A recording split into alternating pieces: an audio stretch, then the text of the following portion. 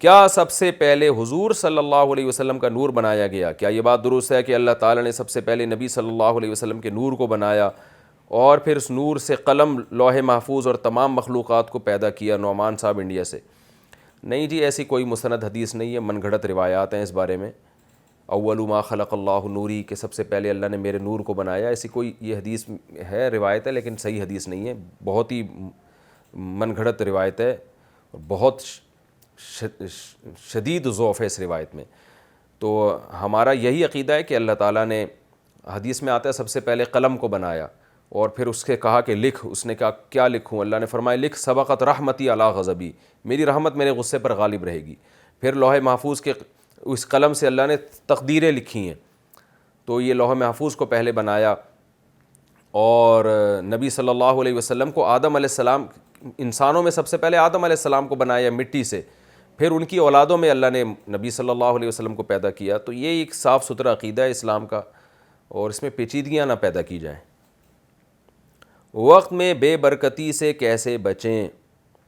کیا ایسی کوئی حدیث ہے کہ قرب قیامت میں وقت میں اتنی بے برکتی ہو جائے گی کہ سال مہینہ کے برابر اور مہینہ ہفتہ کے برابر ہو جائے گا؟ اگر ہے تو اس فتنے سے کیسے بچا جا سکتا ہے؟ عمر صاحب لاہور سے۔ میرے علم میں ایسی کوئی روایت نہیں ہے، اگر کوئی ہو حوالے کے ساتھ تو آپ بتائیں، میں انشاءاللہ اس پہ تحقیق کر لوں گا۔ ڈیجیٹل کارٹون بنانے کا حکم، کیا ڈیجیٹل کارٹون بنانا جائز ہے؟ نعمان صاحب انڈیا سے۔ ڈیجیٹل تصویر جب تک وہ کیمرے کی یا کمپیوٹر کی اسکرین پر ہو تو اس پہ بہت سے علماء کے نزدیک تصویر کے حکام جاری نہیں ہوتے۔ تصویر وہ ہوتی ہے جو پرنٹڈ ہو یا مجسمے کی شکل میں ہو، وہ تو حرام ہے، لیکن اگر وہ صرف ڈیجیٹل فارم میں ہے تو بہت سے علماء اس کو تصویر نہیں مانتے، تو ان علماء کے قول کے مطابق ایسا کارٹون بنانے کی بھی گنجائش ہوگی۔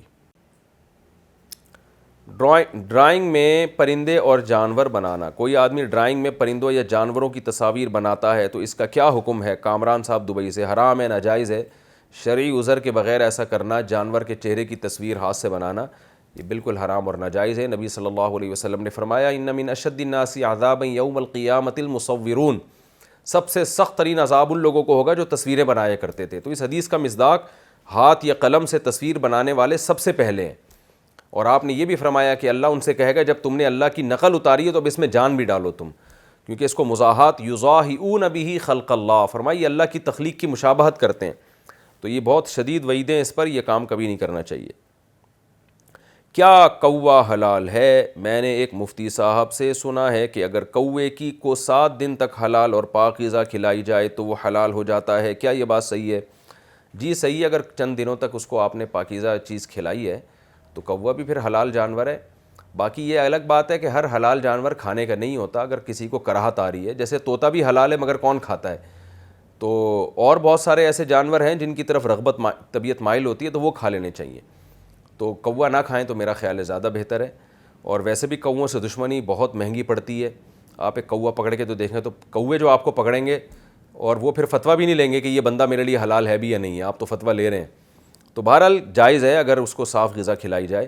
بہت سے لوگ اس پہ بڑا مذاق اڑاتے ہیں علماء کا کہ فلانے نے لکھ دیا کوا حلال ہے، تو مذاق اڑانے والوں سے گزارش یہ ہے کہ وہ تھوڑی تحقیق کر لیا کریں، جو یہ کہتے ہیں ناجائز ہے تو وہ بتا دیں ناجائز ہونے کی کیا دلیل ہے، کیونکہ ہر وہ پرندہ جو چونچ سے کھاتا ہے اور شکار نہیں کرتا، جھپٹتا نہیں ہے، جیسے چیل ہے اور گدھ ہے، تو یہ تو باقاعدہ شکاری ہیں، پنجوں سے پکڑتے ہیں، تو وہ تمام پرندے درندوں کے حکم میں وہ ناجائز ہیں، اور جو بھی چونچ سے کھاتے ہیں جیسے طوطا ہے، مینا ہے، چڑیا ہے، تو کوا بھی انہی میں داخل ہے، تو ان کے ناجائز ہونے کی شریعت میں کوئی دلیل موجود نہیں ہے۔